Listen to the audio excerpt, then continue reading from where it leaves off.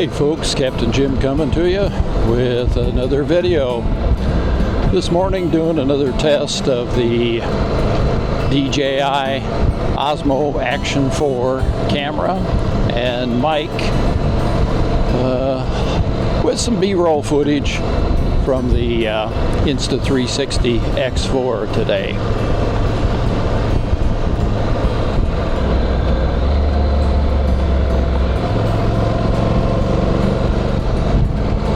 Out on a warm desert morning once again. Just after 7 o'clock, it's already 82 degrees. And gonna do some testing with the camera and mic setup to see how it does. I'm riding the CTX today.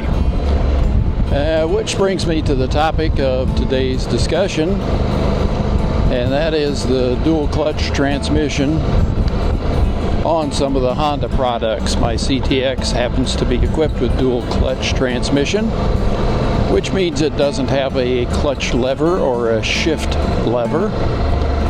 And some people have referred to it as being a big scooter, as though that is some sort of a derogatory term. Knowing that we have a couple other scooters in the family, I like scooters, so I have no issue with that. I was intrigued by the dual clutch transmission after owning 3 scooters and appreciating the joys of not shifting, so that when you're riding, the concentration is on the ride itself or taking in the scenery, but not being concerned about which gear is the best to be in. My particular bike, the CTX with the DCT, is an older generation dual clutch transmission, so it has just manual mode, sport mode, and drive mode. And drive mode is pretty docile. Sport mode shifts pretty much the way I would shift normally. And then manual transmission, you use paddle shifters on the left hand grip that allow you to determine what gear you're going to be in manually. So it's all the advantages of a manual transmission with none of the disadvantages, other than it doesn't have a friction zone, and a lot of people will use the friction zone on a manual transmission, especially at slow speeds. So you learn to trail brake with a dual clutch transmission. And speaking of the DCT, the technology isn't just an automatic transmission. This is beyond that. The DCT has the bike actually in 2 different gears at the same time. You have one set of the DCT controlling gears 1, 3, and 5, and the other clutch controlling 2, 4, and 6. So if you're in second gear, the transmission is ready with both first and third gear, ready for a shift immediately. And that makes the shifting faster and smoother than most people could do manually. And I qualify that with most people because I'm speaking for myself. Hey, I've been riding for 56 years, but I know that this bike can do a smoother job of shifting than I can. Not necessarily any faster. I mean, there are speed shifters and stuff like the Recluse shifter that will allow you to shift fast and not use a clutch, but this does a great job. If you've whacked helmets together when riding together, this eliminates that. It also eliminates the issue of when you come to a stop, the bike automatically downshifts for you, and as you accelerate, it upshifts for you. Now, if you want to control the shifting, you can do that manually with the paddle shifters, regardless of what gear or what mode you are in. So like on this particular twisty right here, as I'm going around that curve, I downshifted into second manually because I was ready to do it sooner than the engine was. Now, is the CTX or any of the dual dual equipped transmissions. That's kind of hard to say with my helmet squeezing on my cheeks here. With any of the DCT, is it like a big scooter? No, this thing rides just like a motorcycle. It feels like a motorcycle, it handles like a motorcycle, you hear each gear shifting like a motorcycle, and that's completely different than the CVT transmission on a scooter. And the ride is different too. The CVT is generally, except for on the largest of the maxi scooters, the CVT is mounted on the swing arm of the scooter. So you've got some unsprung weight back there on the swing arm. And with the DCT, it's mounted on the engine just like a transmission would be, so there's no additional weight on either the front or the rear transmission. It does add about 20 pounds to the bike for the mechanism for running the DCT. And on a smaller bike, that would be a significant difference. On a bike like the CTX that weighs about 500 pounds, you really don't notice an additional 20 pounds one way or another. And riding here on this twisty road on South Mountain, just south of Phoenix, I'm able to ride this as spiritedly as if I were riding a manual transmission motorcycle.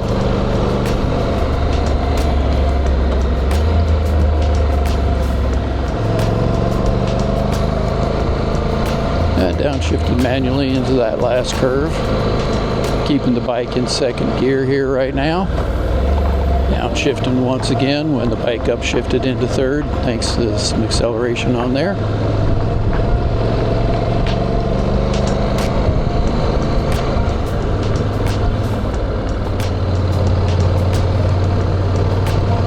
And my main reason for the video today is to test out the Cameron mic along with the X4, the Insta360 X4, providing some backup.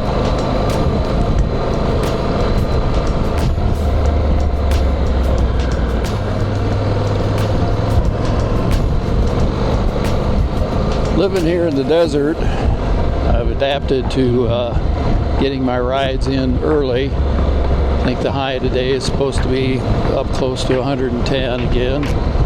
It's June 17th, 2024. And we've already had plenty of days where the high is over 110 degrees. Do you get used to it? Coming from the Gulf Coast where it's warm but humid, it's a different style. I tend to stay out of the sun and that during the mid to late afternoon. But otherwise, we're living pretty much the same that we always have, except no water around. As you can see from all of the scenery around here, we're in the desert, and it has its own unique beauty. One of the nice things about being here is that we are literally right next door to our daughter and son-in-law living in a next-gen home, which is kind of a duplex sort of thing, where the kids have the big side and we have the smaller side, what some people might consider a mother-in-law apartment. But each house has its own kitchen, bedrooms, bathrooms. We have separate yards, separate front door entrances. So our daughter likes to tease that we're living with them. I don't say that our kids are living with us. But yesterday was Father's Day, so we were able to enjoy the day and come and go as we please. And Dan and I, Dan is my son-in-law, who I love like a son. But Dan and I went out and cooked on the griddle for Father's Day late lunch, and the girls could do the sides inside, and we could have all the cats together with us too. And hey, like Murphy is definitely part of the family, and it's nice to be able to have him around. along with Steph's 3 cats, and he gets along fine with them, and they seem to do fine with him. In fact, Tango, their little orange boy, comes over to visit us at our house frequently. We'll open the door between the two places and let him come in. Anyway, that's a little bit about life in the desert. Back to life on the differences between the CTX motorcycle and either of our scooters. Got a Bergman 200 and a Yamaha X-Max 300. And in ease of riding, the scooters have it beat. You don't have to think about any shifting or anything like that, and the scooters are more convenient. And there's probably a lot of people who think of anything to do with motorcycling probably isn't convenient. And but the scooters are both a step through of sorts. The X-Max has a little taller step over. My Bergman 200 is not a flat floor, but it's a low step over. Where the CTX is a motorcycle. You throw a leg over the seat. You've got a tank between your legs while you're riding. The scooters have a lot more built-in storage.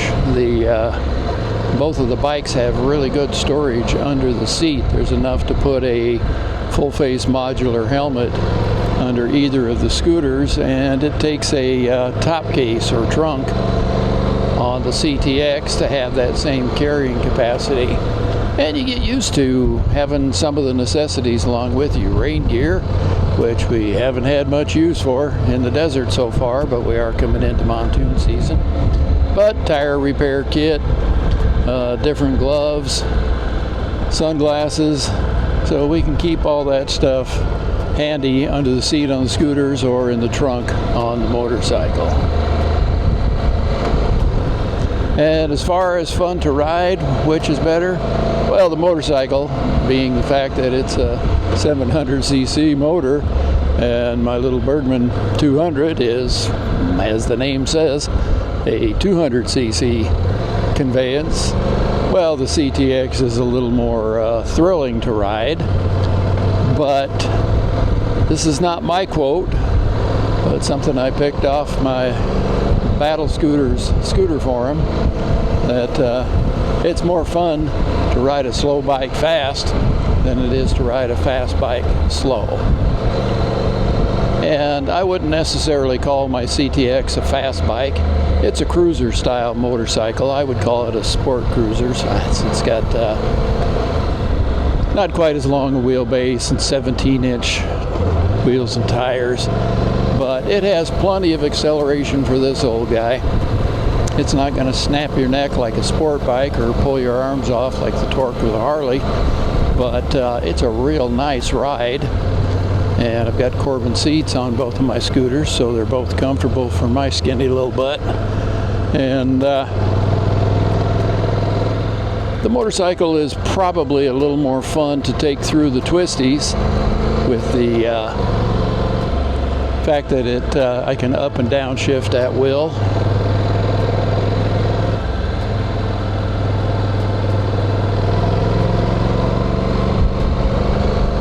But the scooter is easier to push through the curves. Yeah, I'm serious. It kind of goes into the curve almost just by thinking about it. It's fast, it's fun, and no, it's not going to snap your neck with acceleration, but it's entertaining to ride.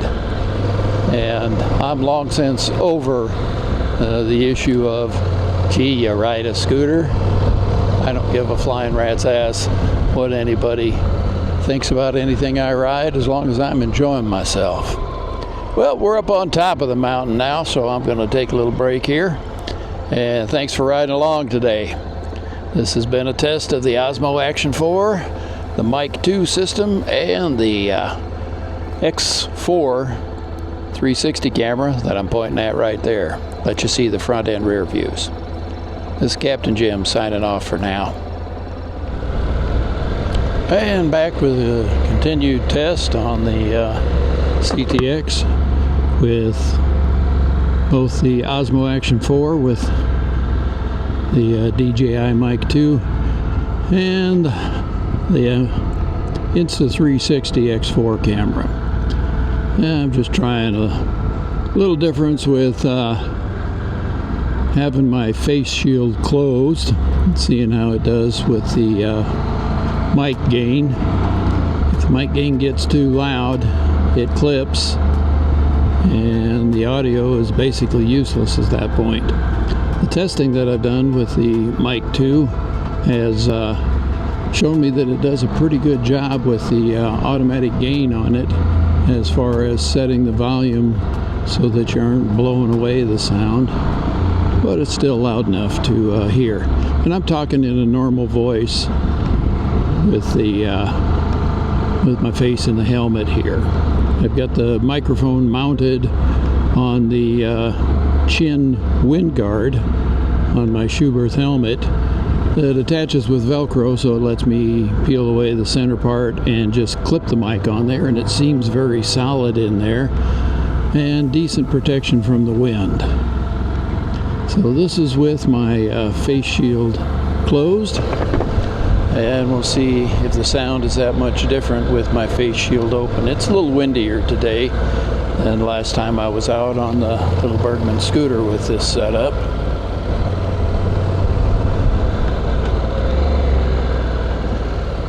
Gotta say, I'm particularly enjoying the ride today. I took yesterday off since it was Father's Day, mostly because I slept in till close to 7 o'clock, and if you don't get out early enough, then it just gets too darn hot to ride.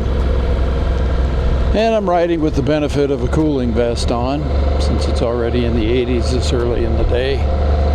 You soak it down with water, wring it out, put it on. It doesn't leave you wet, but wearing this Revit mesh jacket, the air flows through, and it's good for 2.5 hours of cooling, and then when you need to, you just wet the vest down again and you're good to go.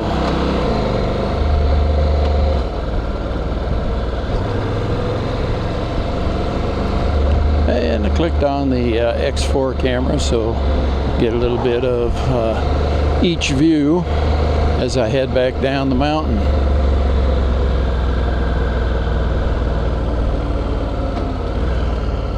Coming up on a stop sign here. South Mountain is a great place to ride.